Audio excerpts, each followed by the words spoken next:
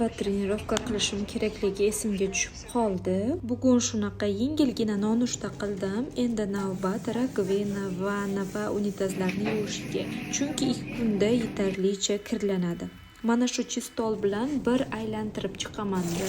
Nam, shotka yoki latta bilan 5-6 minutdan keyin suv bilan yuvib tashlayman. Top-toza bo'lib yaltirab qoladi. Bugun vannadan suv yaxshi ketmayotgani uchun prujinali tros bilan tozaladim. Rosa toza bo'ldi.